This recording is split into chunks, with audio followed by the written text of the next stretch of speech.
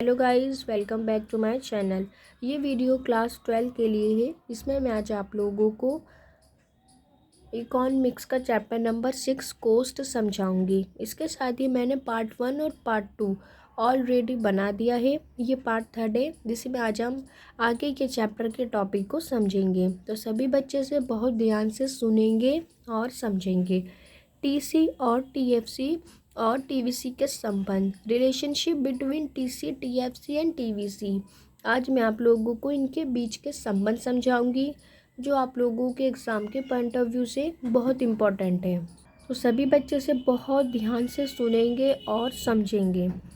TFC वक्र x अक्ष के समांतर एक क्षैतिज रेखा के रूप में होता है। सभी बच्चे बहुत ध्यान से सुनेंगे। ये क्षैतिज सरल रेखा के रूप में होता है, मीन्स कि एक पैरेलल लाइन में होता है, क्योंकि उत्पादन के सभी स्तरों पर एक समान रहती है।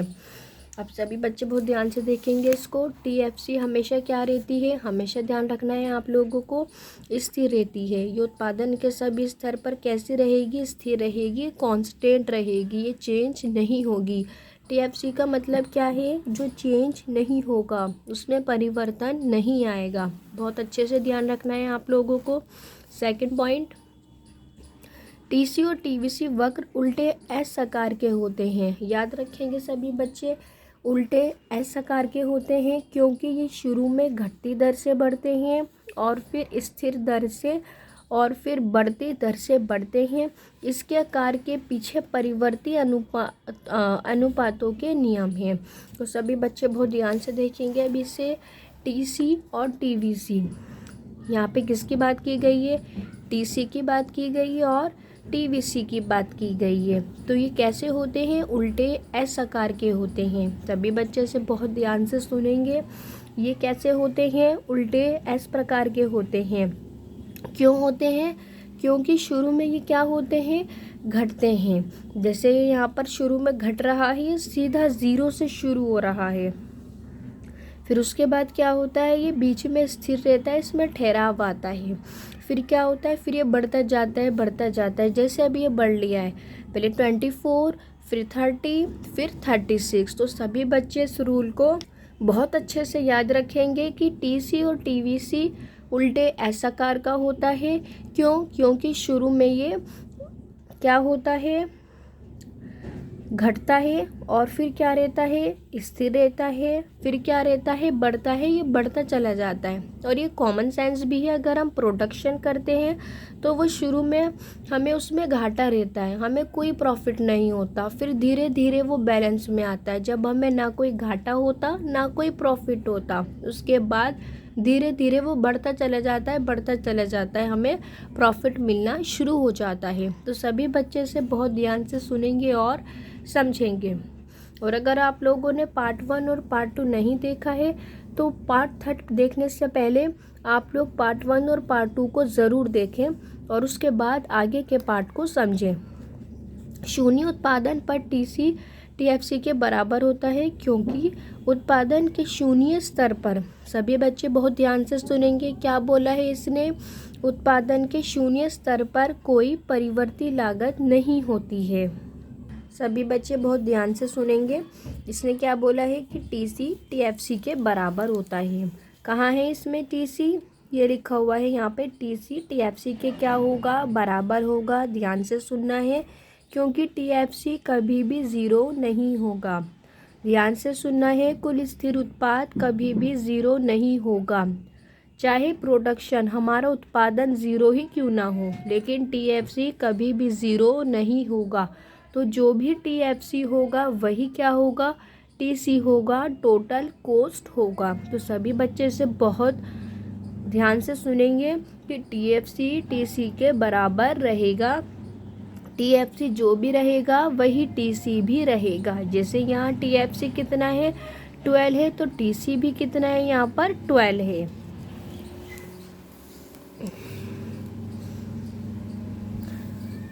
टीएफसी और टीसी वक्र के बीच का ऊर्ध्वाधर अंतर टीवीसी के बराबर होता है। चूंकि उत्पादन में वृद्धि के साथ टीवीसी बढ़ती है और टीएफसी टीसी वक्रों का अंतर भी बढ़ता जाता है। अब सभी बच्चे से बहुत ध्यान से सुनेंगे और समझेंगे इसने क्या बोला है कि जो टीएफसी वक्र ये वाला और जो टीसी वक्र है ये वाला, टीएफसी और जो टीसी है इनके बीच का जो आपस का गैप है टीसी और टीवीसी में जो गैप है, जो टीवीसी और टीएफसी में जो गैप है वो कैसा रहेगा, वो हमेशा बराबर रहेगा। सभी बच्चे से बहुत ध्यान से सुनेंगे, इनके बीच का अंतर कैसा रहेगा, हमेशा बराबर रहेगा।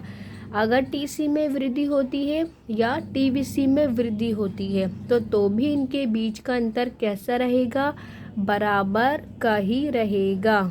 ये पॉइंट आप लोगों को बहुत अच्छे से ध्यान में रखना है। टीसी और टीवीसी वक्र एक दूसरे के समांतर होते हैं। ध्यान से सुनना है, समांतर का मतलब क्या होता है, पैरेलल होता है। उनके बीच का ऊर्ध्वाधर अंतर उत्पादन के सभी स्तरों पर एक समान रहता है, क्योंकि उनके बीच का अंतर टीएफसी को बताता है, जो कि उत्पादन के सभी स्तरों पर एक समान रहती है। तो सभी बच्चे से बहुत ध्यान से सुनेंगे। टीसी और टीवीसी वक्र के बारे में इसने बोला है, ये हमेशा एक दूसरे के कैसे रहते हैं, हमेशा ये एक दूसरे के पैरेलल रहेंगे, हमेशा एक दूसरे के आमने सामने रहेंगे, हमेशा समान होते हैं।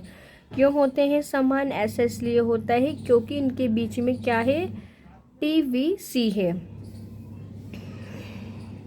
टीएफसी का क्या रोल है इसमें कि टीएफसी हमेशा उत्पादन के सभी लेवल के ऊपर कैसा रहेगा, एक समान रहेगा, ना वो बढ़ेगा ना वो घटेगा, हमेशा कैसा रहेगा, स्थिर रहेगा, कंस्टेंट रहेगा जो वो है। क्योंकि एफ का मतलब क्या है, फिक्स्ड, और फिक्स्ड कभी चेंज हो सकता है, नो, वो कभी चेंज नहीं हो सकता। तो सभी बच्चे से बहुत ध्यान से याद रखेंगे। यह आप लोगों के एग्ज़ाम में 3 मार्क्स कवर अप कर रहा है, तो आप लोगों को ये थ्योरी लिख करके आनी होगी विद रिप्रेजेंट डायग्राम की थ्योरी। अगर वो रिलेशन पूछता है 3 मार्क्स में तो 5 से 6 पॉइंट आप लोगों को लिखने ही लिखने होंगे। अब हमारा यहाँ से नेक्स्ट टॉपिक शुरू होता है, औसत लागत, एवरेज कोस्ट। एवरेज कोस्ट का मतलब क्या होता है, प्रति इकाई लागत और उत्पादन के बीच के संबंध को अधिक वास्तविकता तरीके से समझाती है। कुल स्थिर लागत, कुल परिवर्ती लागत, कुल लागत से हम प्रति इकाई लागत प्राप्त कर सकते हैं। अब सभी बच्चे से बहुत ध्यान से सुनेंगे। औसत कोस्ट का मतलब क्या होता है, जब आप लोग टोटल को डिवाइड कर दोगे क्वांटिटी से। ध्यान से सुनना है सभी बच्चों को, जब हम टोटल को किससे डिवाइड कर देंगे, क्वांटिटी से डिवाइड कर देंगे, तो क्या निकल कर के आ जाता है, औसत लागत, एवरेज कोस्ट। अब सभी बच्चे यहाँ बहुत ध्यान से देखेंगे। अगर मैं यहाँ कुल लागत लिख दूँ और उसे क्वांटिटी से डिवाइड कर दूँ तो क्या निकल कर के आएगा, यहाँ पर AF निकल कर के आएगा। और AF क्या है यहाँ पर, औसत लागत निकल कर के आएगा। और इसी तरीके से अगर मैं TFC को डिवाइड कर देती हूँ क्वांटिटी से तो क्या निकल कर के आएगा, TFC क्या है यहाँ पर, कुल स्थिर लागत। ध्यान से सुनेंगे सभी बच्चे, क्या निकल कर के आएगा इससे, औसत स्थिर लागत। क्या निकल कर के आएगा, औसत स्थिर लागत।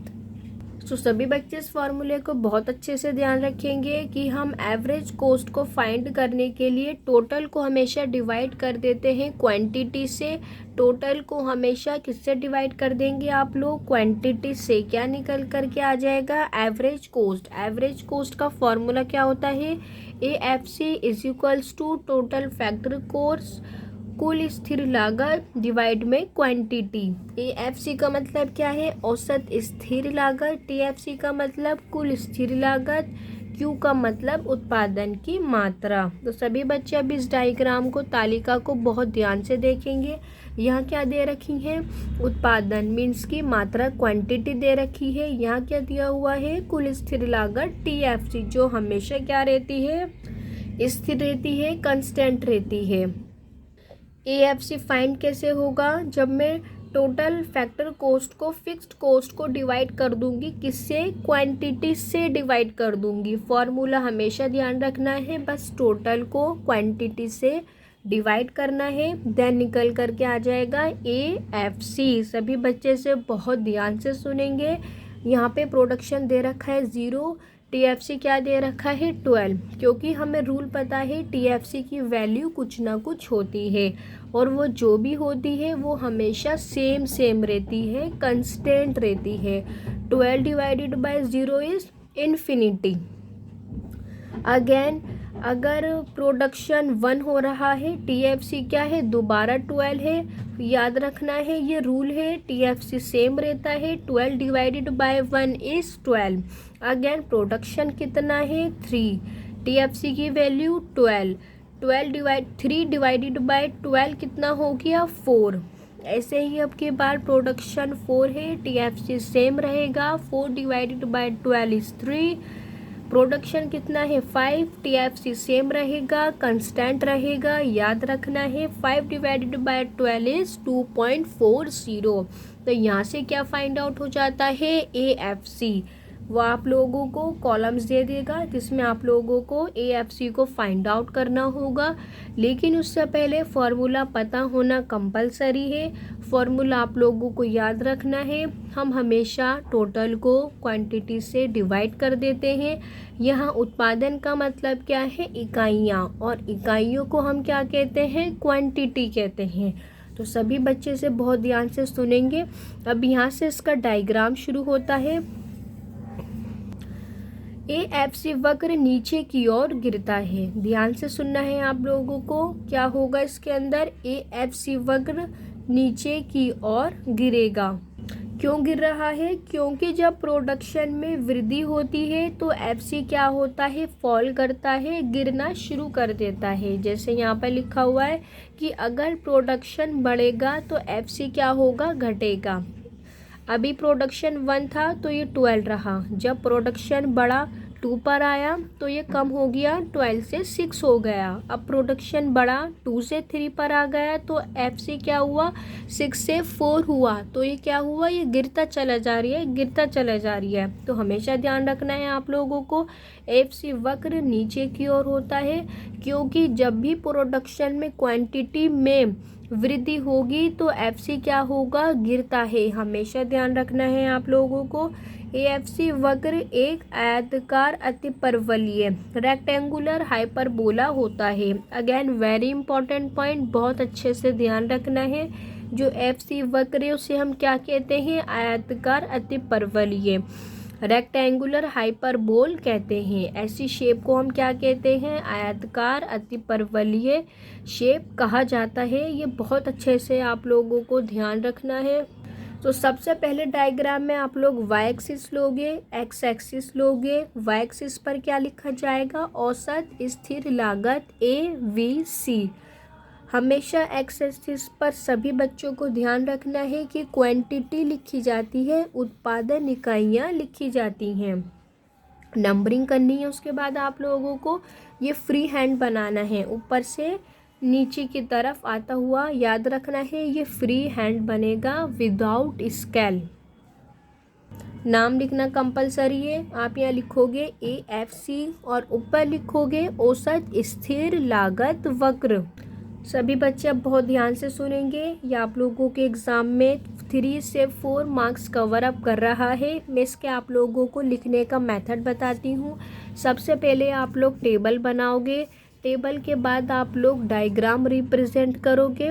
देन डायग्राम रिप्रेजेंट करने के बाद आप इसके थ्योरी लिखोगे, जो भी आप लोगों ने ऊपर किया है। अब सभी बच्चे बहुत ध्यान से सुनेंगे।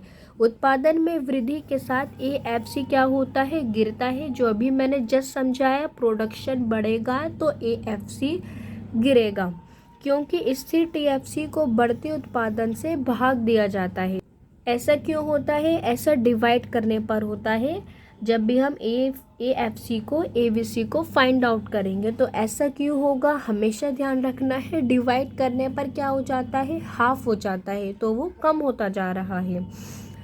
तालिका 6.4 की बात की गई है, जो अभी मैंने समझाया। बिंदुओं को जोड़कर AFC चित्र प्राप्त किया गया। अब मैंने क्या करा कि इन बिंदुओं को मैंने आपस में जोड़ दिया। तो इन बिंदुओं को जोड़ने पर मुझे कौन सा वक्र प्राप्त हुआ? AFC वक्र मुझे प्राप्त हुआ। अब सभी बच्चे बहुत ध्यान से सुनेंगे इसकी थ्योरी को। AFC उसी अनुपात में घटता है जिस अनुपात में प्रोडक्शन की संख्या बढ़ती है और प्रोडक्शन हमेशा समान और TFC के बराबर होता है। अब सभी बच्चे बहुत ध्यान से सुनेंगे। क्या बोला है इसने कि FC क्या होगा? घटेगा। जैसे जैसे प्रोडक्शन बढ़ेगा AFC घटेगा, लेकिन जो कुल स्थिर लागत है वो स्थिर रहेगा, वो सेम रहेगा, चाहे प्रोडक्शन का लेवल कुछ भी हो, 0 हो, 1 हो, 2 हो, 3 हो, 4 हो, 5 हो, TFC हमेशा स्थिर रहेगा, जबकि AFC घटेगा। जैसे ही प्रोडक्शन बढ़ेगा तो AFC क्या होगा? घटेगा। यहाँ वैल्यूज़ क्या हो रही है? घट रही है। 12 से 6, 6 से 4, 4 से 3, 3 से 2.40। तो सभी बच्चों को एग्ज़ाम में इसकी थ्योरी लिख करके आनी है। इसके बाद हमारा टॉपिक शुरू होता है। AFC किसी भी अंश को नहीं छूती है। अब ध्यान से सुनना है, वेरी इंपॉर्टेंट टॉपिक है, सभी बच्चे बहुत ध्यान से देखेंगे। क्या बोला है? AFC किसी भी एक्सिस को नहीं छूता है, क्योंकि AFC एक आयताकार अतिपरवलयीय होता है। क्यों बोला गया है? क्योंकि ये नीचे से ऊपर की तरफ आता है। ध्यान से सुनना है सभी बच्चों को। ऐसा क्यों? क्योंकि ये ऊपर से नीचे की तरफ आता है, तो ना ये y एक्सिस पर टच होगा, ना ये x एक्सिस पर टच होगा। ये दोनों अंशों के नज़दीक होता है। y एक्सिस के भी ये क्लोज है, ये x एक्सिस के भी क्लोज है।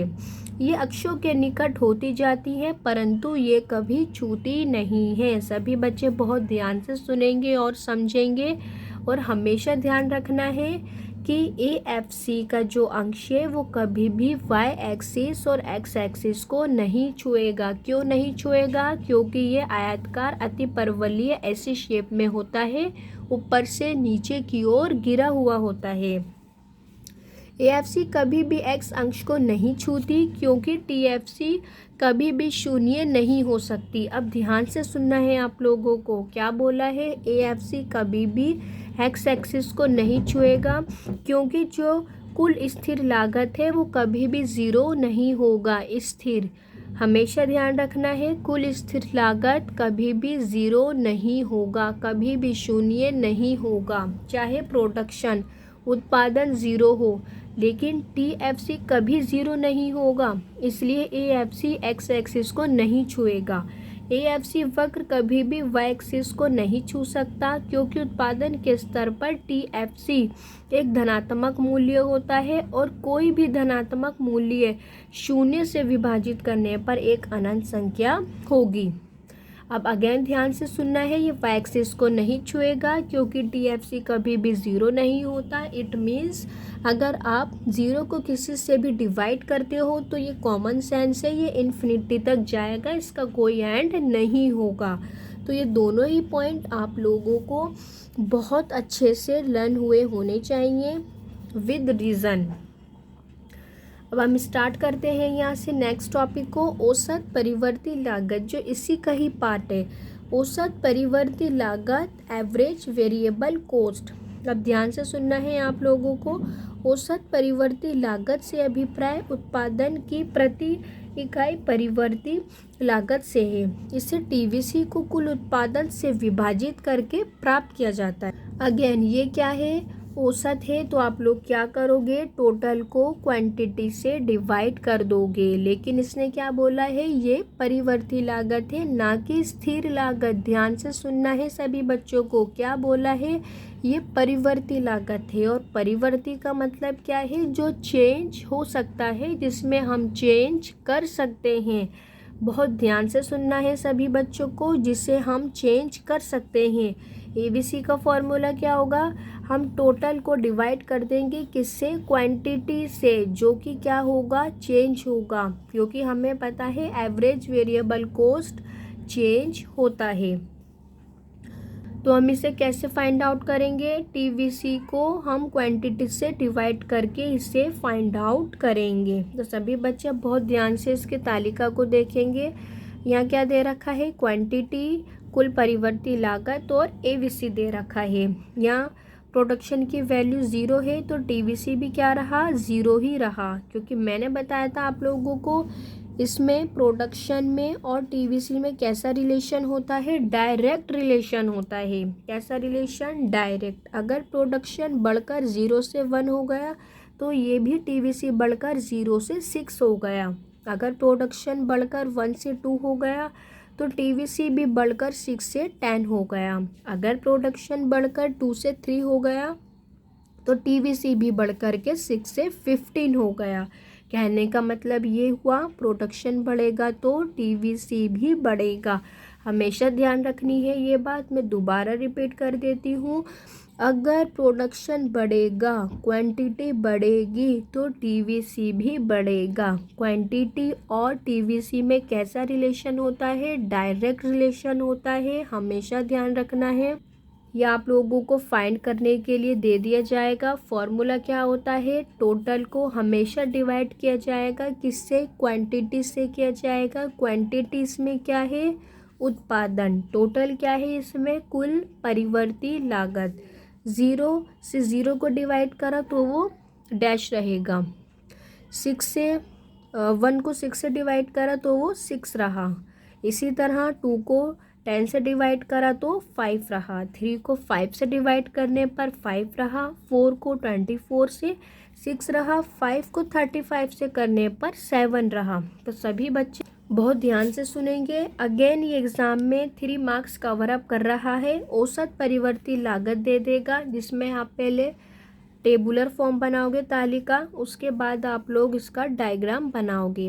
अब बहुत ध्यान से सुनना है आप लोगों को। वाई एक्सिस लिखा जाएगा, एक्स एक्सिस लिखा जाएगा। वाई एक्सिस पर क्या लेंगे, औसत परिवर्ती लागत एवीसी, और हमेशा ध्यान रखना है एक्स एक्सिस पर हमेशा क्वांटिटी ली जाती है। क्या ली जाती है, क्वांटिटी ली जाती है।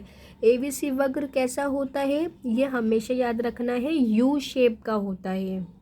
अब सभी बच्चे बहुत ध्यान से सुनेंगे और यहाँ देखेंगे कि एवीसी कैसा होगा, यू शेप का होगा। पहले क्या होगा, ये शुरू में ये गिरेगा, फिर ये स्थिर रहेगा, फिर ये बढ़ेगा। बहुत ध्यान से सुनेंगे सभी बच्चे कि पहले क्या होगा, ये गिरेगा, फिर ये स्थिर रहेगा, फिर ये बढ़ता चला जाएगा। जैसे अभी यहाँ हुआ है एग्जिट, पहले क्या हुआ था यहाँ पर कि ये शुरू में ये गिरने लगा। 6 से क्या हो गया, 5, फिर क्या हुआ, फिर ये स्थिर रहा। 5 के बाद क्या रहा, 5 ही रहा। फिर क्या हुआ, ये बढ़ने लगा। 5 के बाद क्या हुआ, 6 के बाद क्या हुआ, 7 हुआ। तो सभी बच्चे से बहुत ध्यान से सुनेंगे और इसे हमेशा ध्यान रखेंगे। एवीसी वक्र यू शेप का है, शुरू में ये गिरेगा, फिर ये स्थिर रहेगा, फिर ये बढ़ता चला जाएगा और बढ़ता चला जाएगा। एग्ज़ाम में मैं लिखने का भी से मेथड बताती हूँ, सभी बच्चे बहुत ध्यान से सुनेंगे। सबसे पहले आप लोग तालिका बनाओगे। तालिका बनाने के बाद डायग्राम रिप्रेजेंट करना मस्ट है। इसको रिप्रेजेंट करने के बाद इसकी थ्योरी लिखनी है कि आपने इसको किस तरीके से प्रेजेंट किया है। अब मैं यहाँ आप लोगों को एक बार थ्योरिकली भी बता देती हूँ कि यहाँ क्या किया गया है। एवीसी एक यू आकार का है, जो जस्ट मैंने आप लोगों को दिखाया, क्योंकि शुरू में ही क्या होता है, गिरता है, फिर ये स्थिर रहता है, कांस्टेंट रहता है, और उसके बाद क्या होता है, ये बढ़ने लगता है। तो सभी बच्चे ये लाइन लिख करके एग्ज़ाम में ये लाइन लिख करके ज़रूर आएंगे। मोस्ट इम्पॉर्टेंट लाइन है ये, इसे बहुत ध्यान से समझना है और सुनना है।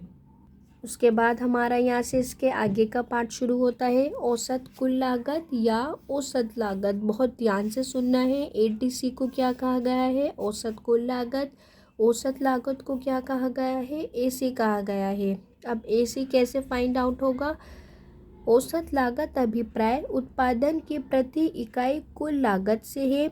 अगेन जहाँ पर भी औसत आए, एवरेज आए, क्या करना है आप लोगों को, टोटल से क्वांटिटी को डिवाइड कर देना है। क्या कर देना है, जहाँ पर भी औसत की बात आए, चाहे वो एएफसी हो, चाहे वो एटीसी हो, एवीसी हो या एसी हो, हमेशा ध्यान रखना है टोटल को क्वांटिटी से डिवाइड कर देना है। एसी क्या है, औसत लागत। टीसी क्या है, कुल लागत। क्यू क्या है, उत्पादन की मात्रा। तो सभी बच्चे अब बहुत ध्यान से सुनेंगे। औसत लागत को स्थिर लागत क्या बोला है इसने, इसको इसको एसी को औसत लागत को हम एएफसी औसत परिवर्ती लागत एएफसी के योग के रूप में भी डिफाइन कर सकते हैं। अब सभी बच्चे बहुत ध्यान से देखेंगे एसी को कैसे फाइंड आउट किया जा सकता है, एएफसी प्लस एवीसी करके। हमेशा ध्यान रखना है वो जब भी पेपर में एसी फाइंड आउट करने को बोले तो आप लोग एएफसी में क्या प्लस कर दोगे, एवीसी को जोड़ दोगे। इन दोनों को प्लस करके क्या निकल करके आएगा, एसी।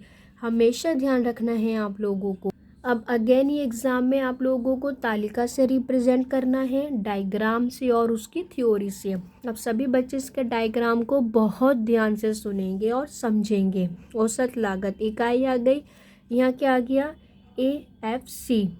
औसत स्थिर लागत यहाँ क्या आ गया, एवीसी। औसत परिवर्ती लागत फाइंड आउट कैसे होगा, एएफसी में हम प्लस कर देंगे एवीसी, क्या निकल कर के आ जाएगा, एसी। प्रोडक्शन शुरू में कितना है, 0, तो एएफसी क्या रहा, इन्फिनिटी रहा, डैश रहा। जहाँ पे भी 0 टर्म आएगी या तो वो इन्फिनिटी रहेगी या आप उसे डैश लिख करके छोड़ दोगे।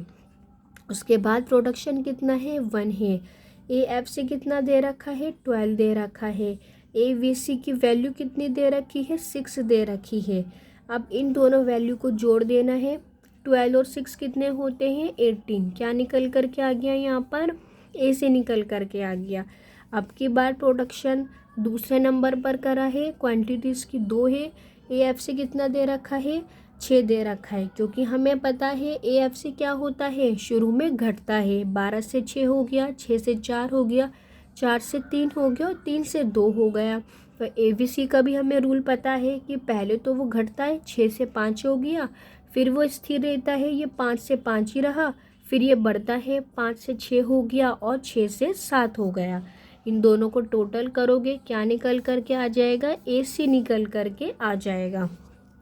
अब सभी बच्चे इसके डायग्राम को बहुत ध्यान से देखेंगे, सभी बच्चे बहुत ध्यान से देखेंगे। क्या बोला है, एसी को, एएफसी को और एवीसी को जोड़ने से क्या प्राप्त होता है, एसी प्राप्त होता है। अब ध्यान से सुनना है और देखना है। एसी कैसा होता है, एक यू आकार का वक्र होता है। ये कैसी शेप ड्रॉ करता है, यू आकार की शेप को ड्रॉ करता है। एसी शुरू में क्या होता है, गिरता है।